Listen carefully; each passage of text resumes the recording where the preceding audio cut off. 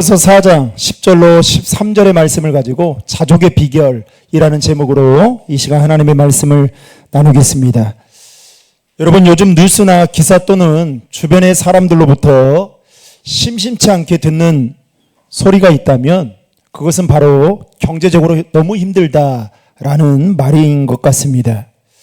최근 뉴스나 기사를 보면 물가는 비싸지고 집값은 천정부지로 치솟고 있고 경기는 하루하루 어렵다 보니 그야말로 문을 닫는 자영업자들은 셀 수 없을 만큼 늘어나고 있고 가구당 가계빚은 점점 늘어나고 있다라는 소식이 우리 가까이에서 들려주고 있을 때마다 문득 이런 생각이 듭니다. 하루하루 어떻게 살아가야 할지 정말 막막할 뿐입니다. 어쩌면 뚜렷한 대안이나 대책이 보이지 않는 시대 속에 저와 여러분은 살아가고 있지 않나라는 생각이 불현듯 듭니다. 그래서 예수님이 희망이고 예수님이 소망이 아닌가 싶습니다. 인터넷에 보았던 내용인데요. 한 천사가 인간 세상에 내려와서 구경을 하다가 피곤한 나머지 깜빡 잠이 들었습니다. 얼마 후에 잠에서 깨어나 보니까 잠을 자고 있던 그 사이에 어느 누군가가 천사의 한쪽 날개를 가지고 도망가 버렸던 것입니다. 졸지에 천사는 한쪽 날개를 잃어버리게 되면서 그가 가지고 있던 능력이 다 사라지게 되었습니다. 그러면서 그 천사는 이제 길거리를 배회하며 날 수가 없기 때문에 길거리를 배회하며 여기저기 자신의 허기진 배를 채우기 위해 집집마다 문을 두드리기 시작했습니다. 첫 번째로 문을 두드렸던 그 집에 천사가 도움을 청하자 그 집주인이 문을 열더니 다짜고짜 하는 말이 우리에게 선물을 가져왔습니까? 라고 물었습니다. 그러자 천사는 집주인에게 이렇게 말합니다. 제가 날개를 잃어버려서 천국에 가지 못한 바람에 선물을 가져오지 못했습니다. 라고 말하자 집주인은 그 말을 듣는 순간 문을 닫아버리고 들어가 버렸습니다. 날개 잃은 천사는 두 번째, 세 번째 집 문도 역시 두드려서 도움을 청했지만 이번에도 역시 거절당했습니다. 얼마나 기운이 빠진 나머지 천사는 길거리에 주저앉아 눈물을 흘리고 있던 그때에 길을 지나가던 양을 치는 한 남자가 천사의 모습을 보게 되었습니다. 그리고 자신의 집으로 천사를 데리고 갔습니다. 그리고 자신의 집에 준비해 있던 그 먹을 것과 따뜻한 옷을 천사에게 주었습니다. 천사는 그 호의를 받고 몸을 녹이고 있던 그때에 그간에 있었던 자신에게 있었던 일을 이 남자에게 자초지종 말했습니다. 그러자 이 남자가 천사에게 이렇게 말하는 겁니다. 당신이 그동안 어떠한 일이 있던지 간에 저는 당신에게 밥을 주었을 것입니다. 그러면서 할 일이 필요 없다면 이제 나와 같이 양을 치면 좋겠습니다. 라고 말하자 천사가 그 말을 듣고 그 남자의 제안을 받아들여 그때부터 양을 함께 돌보기 시작했습니다. 양을 돌보는 과정 속에 이 남은 양털을 모아서 천사가 모아서 시간 될 때마다 그 양털로 날개 한 쌍을 만들었습니다. 그리고 그 날개를 달고 이제 천사는 하늘로 높이 올라갔습니다. 며칠 뒤 천사는 다시 땅으로 내려와 양을 치는 남자에게 감사의 뜻을 전하며 당신이 원하는 것이 무엇이냐라고 묻자 이 남자는 천사에게 양 100마리를 달라고 말했습니다. 천사는 흔쾌히 그에게 양 100마리를 선물로 주었습니다. 그런데 문제는 얼마 지나지 않아 많은 양을 돌보는 그 일 때문에 이 남자는 피곤하고 힘들어지기 시작했습니다. 그러자 이 남자는 천사에게 다시 부탁했습니다. 양 대신 큰 집을 달라고 부탁했습니다. 그러자 천사는 기꺼이 이 남자에게 큰 집을 선물로 주었습니다. 그런데 문제는 이번에도 집이 너무 크다 보니, 여러분 작은 집 살 때는 어때요? 청소 금방 하지 않습니까? 너무 큰 집에 살다 보니 여기저기 먼지가 쌓이고 청소할 곳이 너무 많아지다 보니까 할 일이 많고 피곤해져서 이 남자는 다시 천사에게 가서 이 큰 집을 타는 말로 바꾸어 달라고 부탁했습니다. 그러자 천사는 그의 부탁을 듣고 말로 바꿔줬습니다. 그런데 문제는 말을 타고 신나게 타고 달릴 만한 그런 마땅한 곳이 여의치 않았습니다. 여러분, 시속 람보르기니 같은 거 있잖아요. 250, 300까지 나간다 해도 여러분 그 차가 한국에서 그만큼의 속도를 낼 수 있는 이 아우토반이 있습니까? 없어요. 다 불필요한 거예요. 이 남자도 말을 타서 선물로 받아서 너무 좋았는데 타고 다닐 곳이 없으니까 그것도 아니다 싶었던 겁니다. 그래서 천사에게 그 말을 돌려주면서 이 남자가 이렇게 말합니다. 이제 당신에게 아무것도 원하지 않습니다. 그러니까 천사가 깜짝 놀라서 이렇게 말하는 거예요. 진짜로 나에게 바라는 거나 원하는 거, 갖고 싶은 것이 없습니까? 라고 묻자 이 남자가 천사에게 이렇게 말합니다. 제가 가지고 싶은 것들을 다 가진 다음에야 알게 되었던 한 가지 사실은 이제 그것들이 나에게는 필요 없는 것이다라는 것을 알았습니다. 그 이유는 오히려 그것들이 내 삶을 더 피곤하게 만들기 때문입니다.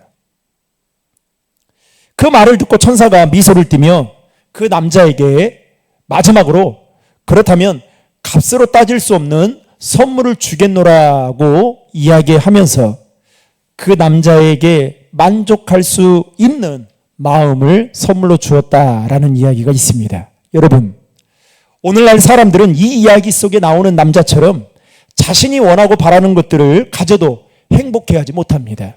그 이유는 만족하는 삶을 살지 못하기 때문이죠. 물론 원하고 바라는 것을 어느 정도 가지면 어느 기간 정도는 만족하고 기뻐합니다. 그런데 시간이 어느 정도 지나게 되면 그 만족과 기쁨은 사라지고 없어져요. 그 속에 왜 그래요? 욕심이 들어옵니다. 제 인생에 제가 부교육자로 있을 때 첫 차를 뽑아봤거든요. 첫 차를 뽑았는데 여러분 그 기쁨이 얼마나 갈까요? 저는 1년 갔어요. 그래서 1년 동안요. 그 기계식 주차장에, 그 기계식 세차장에 세차 안 했습니다. 다 손세차했어요. 주님 다음으로 아주 귀하게 생각하고 손세차, 그리고 이중주차는 제 인생에 해서는 안 된다 생각했어요. 이중주차 밀다가 받고 막 그러잖아요. 근데 여러분 지금 어떤지 아세요? 지금 세차비가 여러분 얼마나 비싼지 몰라요. 근데 제 차 올해 세차 2-3번도 안 했습니다. 이제는 5-6년 됐지만 똥차가 됐어요. 그래도 잘 타고 다닙니다. 여러분, 세상에서의 어떤 내가 가지고 싶고 바라는 것을 손에 쥐을 때는 그 만족과 기쁨이 오래 갈 것 같지만, 영원할 것 같지만 영원하지 않아요. 왜요? 또 다른 욕심이 내 마음속에 들어오거든요.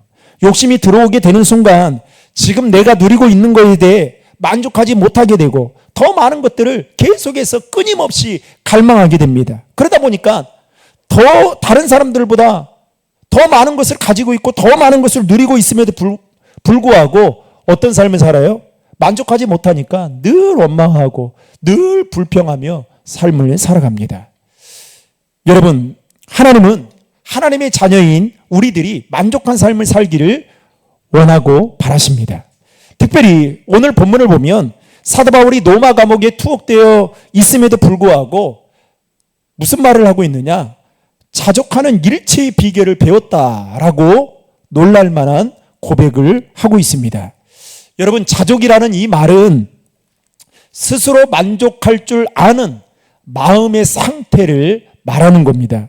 이것은 환경에서 오는 것이 아니라 내 마음 속에서 나올 때 할 수 있는 겁니다. 내 마음 가운데서 나오는 거예요. 여러분, 남들이 나를 보면서 막 부러워해요. 이렇게 목사님은 왜 이렇게 잘생겼어요? 응? 그리고 목사님은 왜 이렇게 핸섬해 보여요? 그런데 여러분, 저는 정작 다른 연예인을 보면서 만족하지 못하는 거예요. 그러면 여러분, 그게 제가 자족하는 삶을 살고 있다라고 말할 수 있겠습니까? 아니죠. 아무리 다른 사람들이 내 삶을 보며 동경하고 부러워해도 자기 자신이 만족하지 못하면 그 사람은 자족한 삶을 살고 있는 거라고 말할 수 없는 것입니다. 바울은 지금 차디찬 감옥 속에 불편하게 지내고 있었습니다. 게다가 그는 앞으로 언제 그 감옥에서 나오게 될지 미지수이고, 심지어는 자신의 목숨이 어떻게 될지 모르는 그 상황 속에서 여러분, 일체의 비결을 배웠다라고 하는 이 고백 자체는 보통 믿음이 아니고서는 도저히 할 수 없는, 따라할 수 없는 고백인 것입니다. 오늘 본문에서 사도 바울은 로마 감옥에 갇혀 있음에도 불구하고 어떻게 그는 기뻐하며 자족하는 삶을 살 수 있었던 것일까요? 우리가 잘 아는 대로 빌립보 교회는 사도 바울이 세웠던 교회 중 하나였습니다. 바울은 빌립보 교인들로부터 물질적인 후원을 받고 있었습니다. 그런데 어떤 이유에서였는지 몰라도 얼마 동안 그 일이 중단되고 말았습니다. 바울은 물질적인 후원을 받지 못하다 보니까 어떻게 해요? 물질적인 부분에 있어서 상당히 어려움을 겪고 있었을 것입니다. 그런데 어찌된 영문인지 바울은 빌립보 교회가 다시 자신을 후원하게 됐다라는 소식을 듣게 됩니다. 이것을 바울은 오늘 본문에서 뭐라고 표현하고 있냐면 다시 싹이 났다라고 표현하고 있습니다. 아마도 빌립보 교인들은 바울을 돕고자 하는 마음을 가지고 있었지만 적절한 기회와 여건이 허락되지 않아서 돕지 못했던 것 같습니다. 여하튼 바울은 자신을 후원하지 못한 것에 대해 빌립보 교회와 교인들을 책망하지 않았습니다. 오히려 그들의 선한 마음을 알아주면서 그들을 기쁨으로 대했던 것을 볼 수 있습니다. 더욱이 바울은 지금 빌립보 교인들이 다시 후원해 주는 것에 대해서 내가 기뻐하고 있는 것은 내가 궁핍해서 이렇게 말하는 것이 아니다. 즉 나는 어떠한 형편에 있든지 간에 자족하기를 배웠기 때문에 기뻐한다라고 말하고 있습니다. 11절과 12절의 말씀을 같이 읽겠습니다. 내가 궁핍함으로 말하는 것이 아니니라. 어떠한 형편에든지 나는 자족하기를 배웠노니 나는 비천에 처할 줄도 알고 풍부에 처할 줄도 알아. 모든 일 곧 배부름과 배고픔과 풍부와 궁핍에도 처할 줄 아는 일체의 비결을 배웠노라. 아멘. 여러분, 사도 바울의 배경을 보면 그는 베냐민 지파 사람이었고 히브리인 중에 히브리인이었습니다. 게다가 그는 태어날 때부터 로마의 시민권을 가지고 있었고, 그리고 가말레아 문화에서 율법을 배울 만큼 또 바리새파에 속한 사람이었습니다. 오늘날로 말하면 엄친아, 즉 최고의 엘리트 조건을 가졌던 사람이 바울이었고, 그렇기 때문에 바울은 장래가 촉망되었던 사람이었습니다. 그런데 그가 다메섹 도상에서 부활하신 예수 그리스도를 만나게 됩니다. 그리고 그의 인생이 360도로 바뀌게 돼요. 그러면서 그때부터 그는 예수 그리스도의 종이 되어 자신을 위한 삶이 아니라 주를 위해 복음 전하는 복음 전도자의 삶을 살게 됩니다. 여러분, 우리도 주님을 만났을 때 그 감격이 있지 않습니까? 그때 어때요? 여러분, 그 감격이 지금도 가지고 있습니까? 그 감격으로 지금도 예배하고 있습니까? 대부분 사람들은 그 감격이 오래가지 못해요. 그래서 나중에는 그냥 종교 생활을 하는 거에 불과합니다. 근데 사도 바울은요, 예수님을 만나고 나서 단 한 번도 그 성경을 통해서 들여다보는 그의 신앙이 식어진 적이 없어요. 한 번도 변한 적이 없어요. 그런데 이 사도 바울이 복음을 전하는 그 과정 속에서 얼마나 많은 핍박과 박해를 받고, 어제도 우리가 토요 전도대 대원들이 함께 저랑 같이 전도하러 나갔지만, 여러분 토요 전도대 대원들을 아실 거예요. 내가 그들의 영혼을 축복하는 마음으로 전도지를 주잖아요. 그런데 여러분 그거 안 받으면 어때요? 섭섭하고 괜히 이 박탈감과 거절감 때문에 마음이 상할 때가 있어요. 그래서 저도 웬만하면 길거리에 가서 뭐 전도지 아니어도 유인물을 주면 되도록이면 받으려고 합니다. 왜 그런지 아세요? 저도 그 경험을 했기 때문에, 그분들의 마음을 알기 때문에. 그런데 여러분 바울이 한번 생각해 보세요. 복음을 전하는 그 과정 속에서 예수님을 만난 그 감격 때문에 핍박받고 박해를 받고 수차례 맞고 돌로 맞고 여러 번 감옥에 갇히고 때로는 배고픔과 추위와 힘겹게 싸워야 되는 날들이 많았습니다. 오늘 말씀에 빗대어 바울은 이렇게 표현하고 있습니다. 비천을 처할 때도 있었고 풍부에 처할 때도 있었고 배부를 때도 있었고 배고픈 시절도 있었다라고 표현하고 있습니다. 여러분 그런 상황들을 딱 맞이하게 되면 대부분의 사람들은 어떻게 하느냐? 포기해버려요. 자족하지 못합니다. 감사하지 못합니다. 그런데 바울은 어떻게 해요?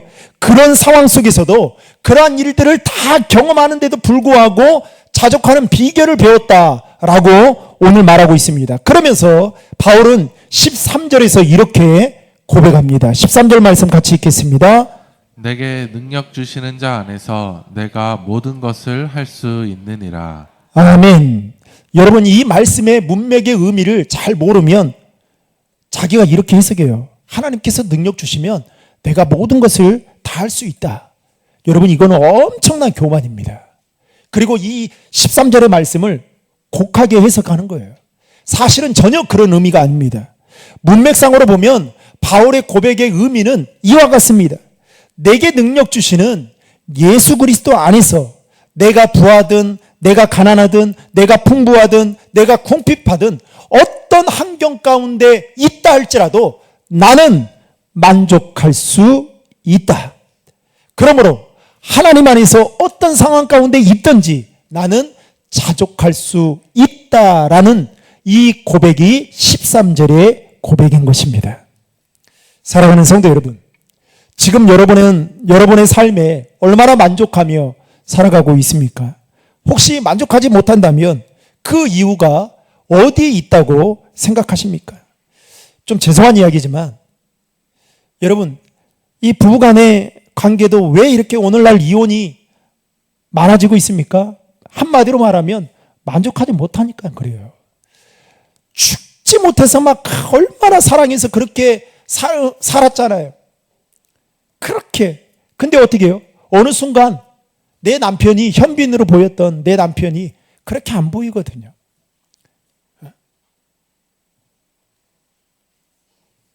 만족하지 못하니까.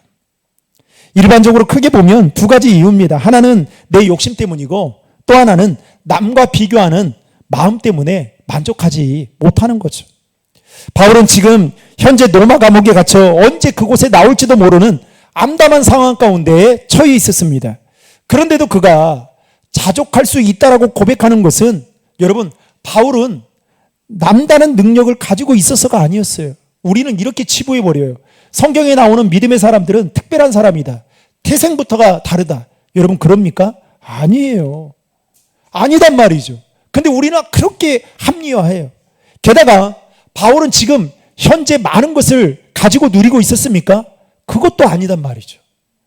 오히려 바울은 자기가 가지고 있는 그 능력으로 봐서는 세상 속에서 떵떵거리며 간판 내걸고 바울이라는 이 간판을 내걸어도 여러분 잘 먹고 잘 살고 강남 땅에 살 수 있는 이 한남더일에서 살 수 있는 그런 사람이었어요. 그런데 그가 어떻게 해요?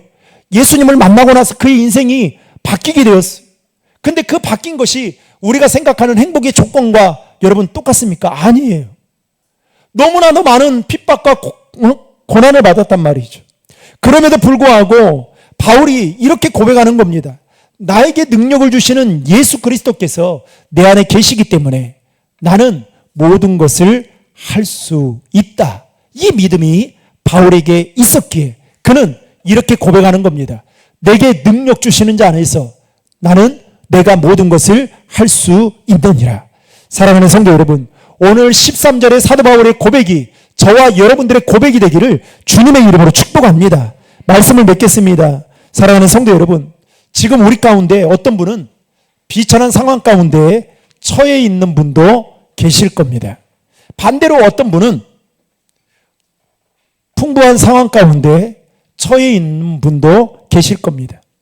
우리의 삶이 때로는 배부를 때도 있고 배고플 때도 있고 좋은 날도 있고 나쁜 날도 있을 거예요.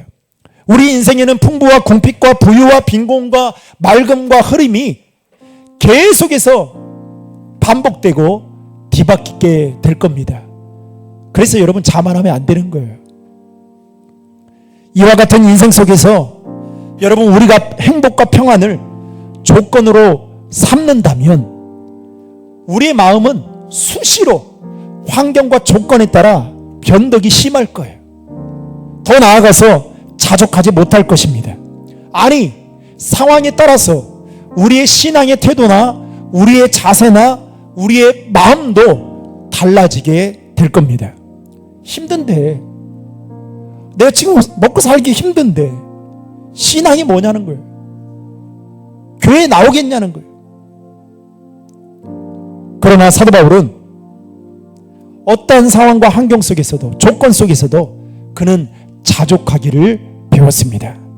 그렇게 할 수 있었던 것은 내게 능력 주시는 그분 안에 있기 때문이었습니다.